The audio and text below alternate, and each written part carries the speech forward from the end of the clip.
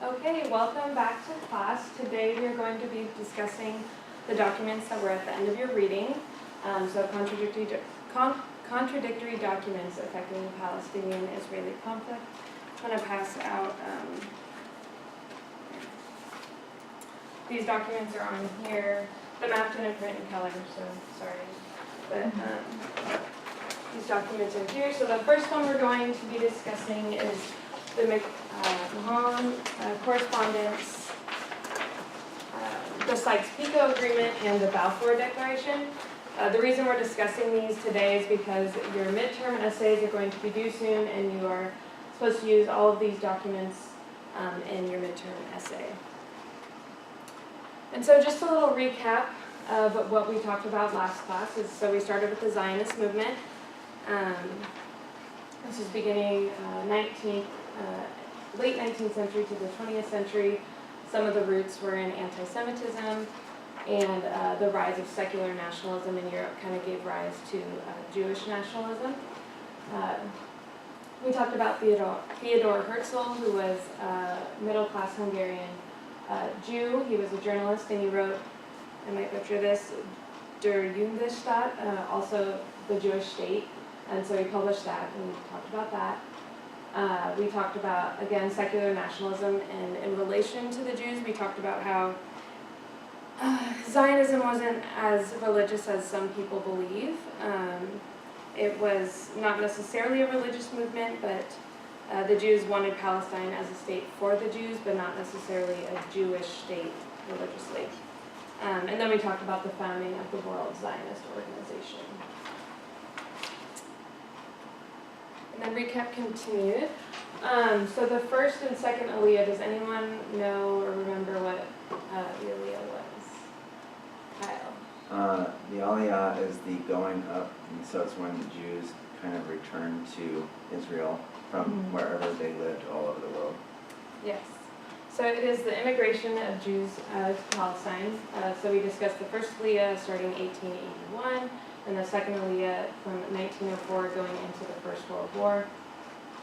We talked about how as the immigration of Jews increased, so did kind of the identity of being a Palestinian, and so this interconnectedness of Zionism with the rise of Palestinian identity. And then we ended last class talking about Ottomans entering World War I on the side of the Central Powers. So here are the timeline of the documents we're going to discuss, just so you can kind of have an outline of where they lie. So 1914, beginning of World War I. And then here's the McMahon-Hussein correspondence, Sykes-Picot Agreement, and the Balfour Declaration. So starting with the McMahon-Hussein correspondence.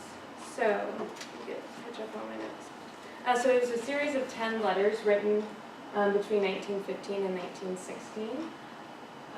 In these letters, basically the negotiated terms were between Sir Henry McMahon, the British High Commissioner of Egypt, and Sharif Hussein bin Ali. He was the Hashemite Emir of Mecca. And so the negotiated terms were that Hussein promised that he would recruit Arabs to help in the war against the Ottomans, so long as the British supported an Arab state after the war. So this was the agreement, and after this, Hussein, he took their correspondence as an agreement between the two, and he went ahead and led the Great Arab Revolt against the Ottomans. And so does anyone know why this was really beneficial to Britain at this time? Any ideas?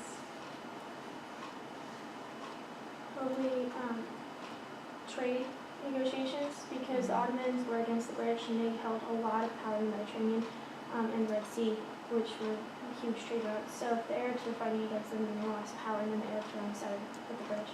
Yeah, exactly. It had to do with the connections of the Suez Canal. Yeah, and so during this time, which was in your readings, in World War I, the Ottomans were continuously trying to take back the Suez Canal, and so they wanted to have a diversion away from that, so they could keep their claim over the Suez Canal. So now we get into the Sykes-Picot Agreement. And so for that, I have the map. It didn't print in color, but There's one in color up here. So this was initially a secret agreement between the future spoils of the Great War between France and Britain. And in your textbook it says, on October 21st, 1916, one day after advising MacMahon to give Hussein sufficient assurances to bind him to the British side, the British proposed to the French that they discuss the prospective partition of the Ottoman lands after the war. So it's kind of clear that the British might not have had the full intentions of keeping their promise to the Arabs of them having an Arab state following the war. And so, moving forward with that, this discussion that came about became known as the Sykes-Picot Agreement. The key negotiators were Francois Picot and Sir Mark Sykes. Francois Picot was an experienced Middle Eastern diplomat, but Francois Picot was experienced, but Sykes was actually not an official diplomat. He got connected through Kitchener, but it's just kind of interesting that he was even involved in this. So the secret agreement was officially ratified in May of 1916, and basically it was just the partition of the Middle East. And so you can see the pink areas are British rule or spheres of influence, the purple is the French rule, and then the Russians later are involved in it, and they are the orange. And the reason for, there was certain areas in the purple that the British wanted, but they were willing to give the French some of that area because they had a strategic principle during this time that they would never share a border with Russia. And so that's kind of how some of the French were able to negotiate some of the things that they wanted from the British. Okay. So these are just some reasons why this agreement took place. The British were wanting to prepare for the imperial designs for after the war. They wanted to stake their claim on what they wanted, and you can see their closeness to the Suez Canal. And then, as I discussed, they want the French as a buffer to Russians, and also agreed in this was that Palestine would be internationalized and that they would discuss further Palestine after the war with the other allies.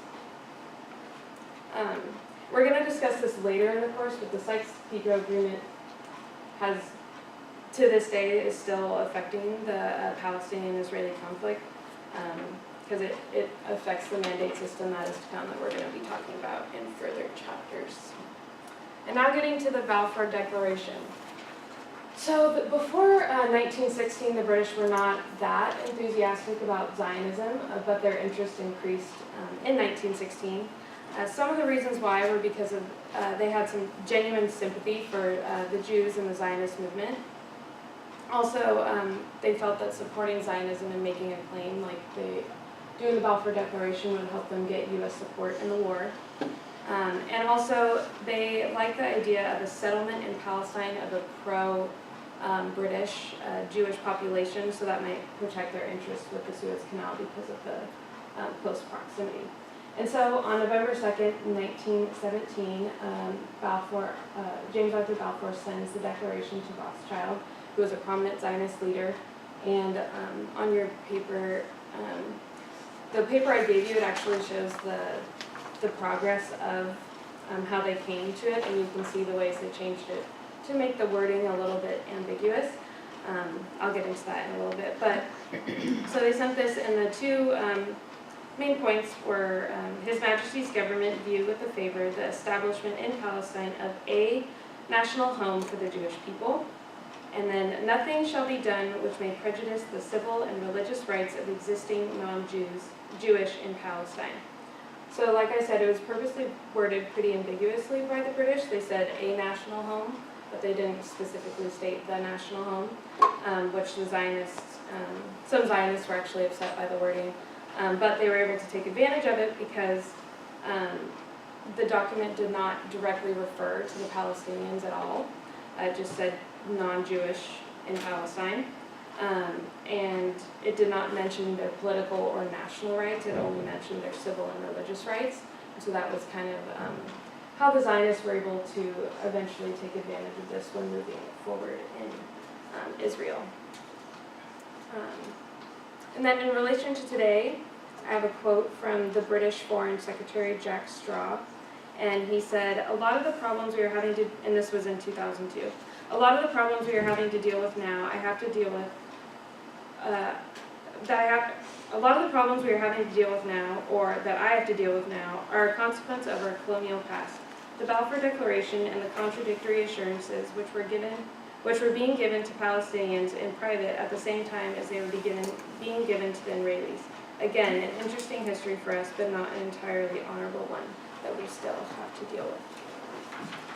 And so, it's kind of just overall the broken promises by the British and how this has affected kind of the Arab and Israeli conflict today and the tensions between the Jews and the Palestinians. So in the Imam Hussein correspondence, the Arabs' understanding, or Hussein's understanding, was that Palestine was promised to them in 1915. Then in the Sykes-Picot Agreement, the British promised joint rule of the Middle East and France, ignoring the promises that they made to Sharif Hussein. And then in the Balfour Declaration, they promised Palestine to the Zionists in 1917. So as you can see, this is all in like a 2-year period that this happened, and a lot of promises were broken. And so I kind of wanted to have you guys discuss, you guys can look over these questions. I was going to have us break within the groups and discuss, but I don't know if we have time for that. So if you guys have had time to, you can take time to look over the documents and maybe we can discuss some of these questions. The first one is, how do you think these documents affected Arabs' view of the creation of a Jewish home, later known as Israel? How do you think these documents could have contributed to the tensions between Palestinian Arabs and Jews? In what ways do you think the Palestinian-Israeli conflict was impacted by Western powers? And do you think Britain was only acting for their best interest or for the interest of the world during wartime? And so, I don't know if you guys want to break up or we can just like pop up discussion. Popcorn sounds good. Okay. I think for number 4, it's pretty clear they're acting for their immediate best interest and not for, without much consideration of the world outside of wartime. And it was kind of they were all immediate decisions looking for an immediate result without consideration of long-term consequences. Yes. Anyone else? Yeah. I think that they definitely contributed, answer number 2 and kind of number 1 at the same time, of the tensions, because, so, I mean, the British promised to work with the Palestinians and the Jews to 2 separate ends, and then neither of them were really able to get exactly what they wanted, and so, of course, they didn't like the British, but it also drastically raised the tensions between the 2. Which makes a lot of sense, you know, you get promised something and then neither gets it and then you both feel kind of left behind in a way. And so, yeah, I think that British wanted the Suez Canal, which they always did for like 50 years. It was a place of contention. And they were willing to negotiate for anything in order to get it. And then contributing to a lot of tension. So, very important. I think what's interesting also, looking in light of later history during World War II, is that the British, I don't know which question this was, kind of answering a few of them, is the British kind of started the problem, and then they could have, if they would have like continued to work through it, they may have been able to help it a little bit, but like in World War II, I did a paper about this one time. I remember when the British lowered their flag during the War for Independence, they shipped everyone out and they're like, let's get the heck out of here.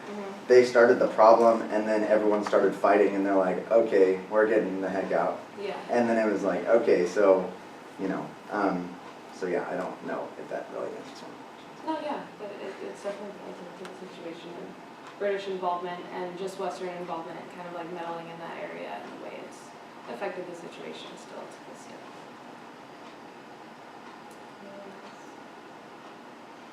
Okay.